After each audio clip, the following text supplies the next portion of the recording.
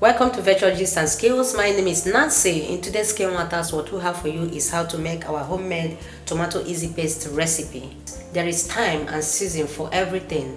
Sometimes when I go to market and find out that it is time and season for tomatoes, I do buy it in a large quantity so that I can be able to make my tomato paste and my tomato powder. When it is more expensive, I can be able to be using the one I have made at home.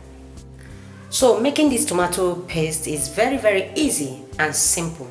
If you want to know how I got these beautiful results on the table, please sit back and keep watching.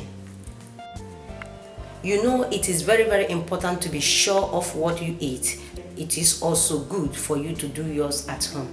To all my returning subscribers, I welcome each and every one of you, and I pray the good God to bless each and every one of you for always clicking on my video anytime I upload a new video. For you that always watch and have not subscribed, please subscribe to this channel. Let's handle and organize this virtuous family together.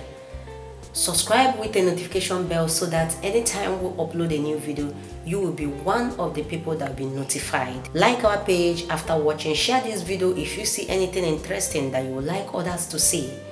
Drop your comment after watching because it is very important and it will also help us to bring more to your doorpost. So stay tuned. Let's make the tomato paste together.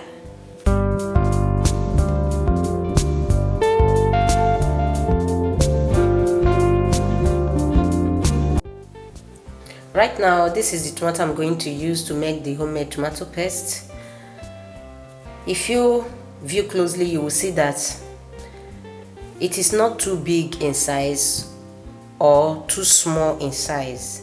The most important thing is not how big or small it is. The most important thing is for you to use a very ripe tomato, just as you are seeing here. And secondly, for you not to use a rotten tomato. In my hand, or tomato nkowa, you don't use it. So let's start cutting it, okay? So I want to start cutting it as I earlier said. The first time I tried this recipe, I removed the seed, okay?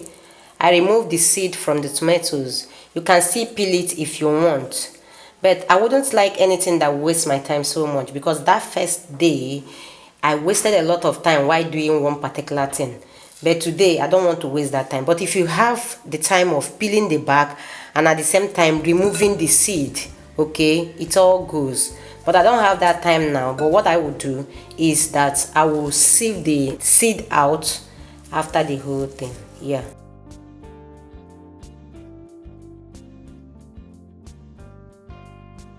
So this is the tomatoes. I finished dicing it. This is the shape I was able to get mine. You can dice yours any shape you like, okay? Because what matters is not the way you dice it. What matters is the outcome of the paste. Yeah. And I was able to peel some of the bark because I frozen it for about 5 minutes so that the bark will easily peel off.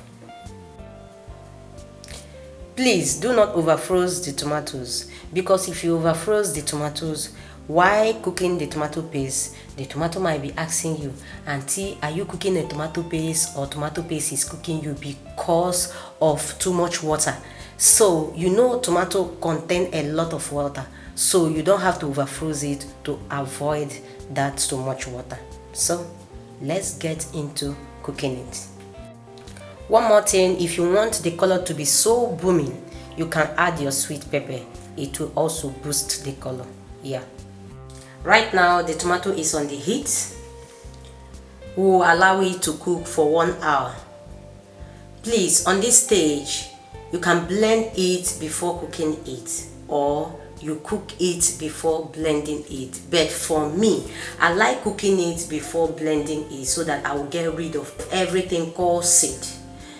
And if you cook it before blending it, you will get that smooth and nice consistency, and it will also last longer. So let's get into cooking it. And when cooking it, you don't have to go far, whether you are using a non-stick pan or ordinary pot. You don't have to go far so that it will not burn, okay? Yeah. So right now, this is the tomatoes. I don't want all the water to dry up. The next thing now is to turn it into the blender so that I can be able to blend it. Yeah. So after allowing the tomatoes to cool down for like 3 minutes, I will now start blending it. So let's blend it.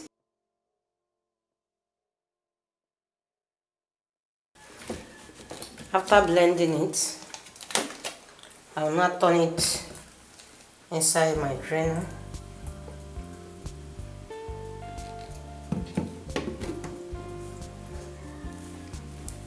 And save it.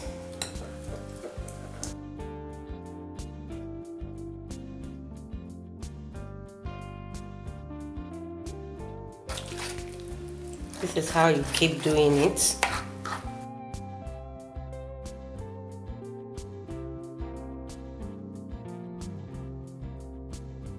I like doing all these things by myself to be sure of what I eat in my house, since I know how to do them. So try out this recipe. So when I find out that it is tomato season like this is how I do my own tomato paste at home and keep it, so that I will get almost everything in my house without wasting much money. Yeah.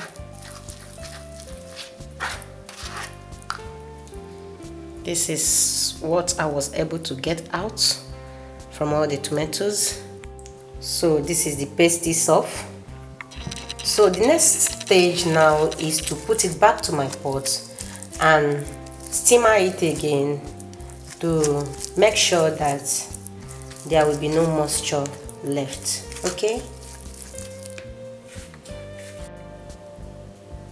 So this is the final stage of the tomato. I want to like simmer it again. Make sure your eye is there, because you'll be turning it to avoid it burning. And on this stage you can add a pinch of salt if you want. If you don't want to add any pinch of salt for taste, please, you can skip this.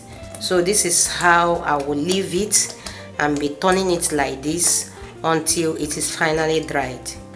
Yeah, that's all. As simple as ABCD. Look at it. This has been how I have been turning it. If I turn it, I will leave it for 5 minutes. I will come back and turn it again. You will not leave it and go away.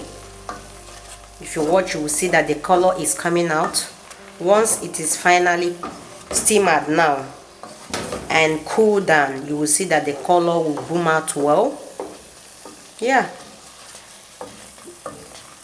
Right now, our homemade tomato easy recipe is ready.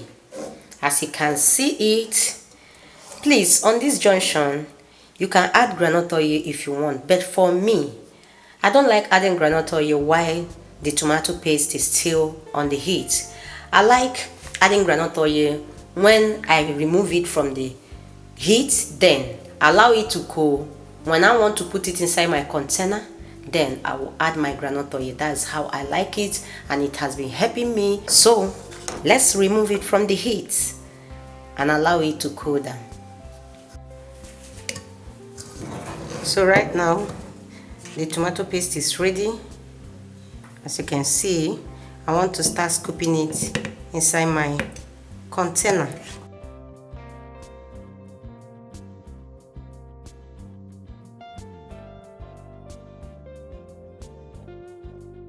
So I'm done filling it.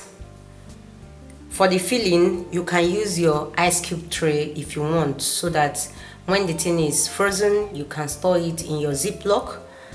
But I feel like doing it this way, okay? So after this now, I told you that if you want to add your groundnut oil when it is simmering, you can do that. But me, I don't like adding it when it is still on the heat. I like adding it after the whole thing. Right now, I will add in my groundnut oil.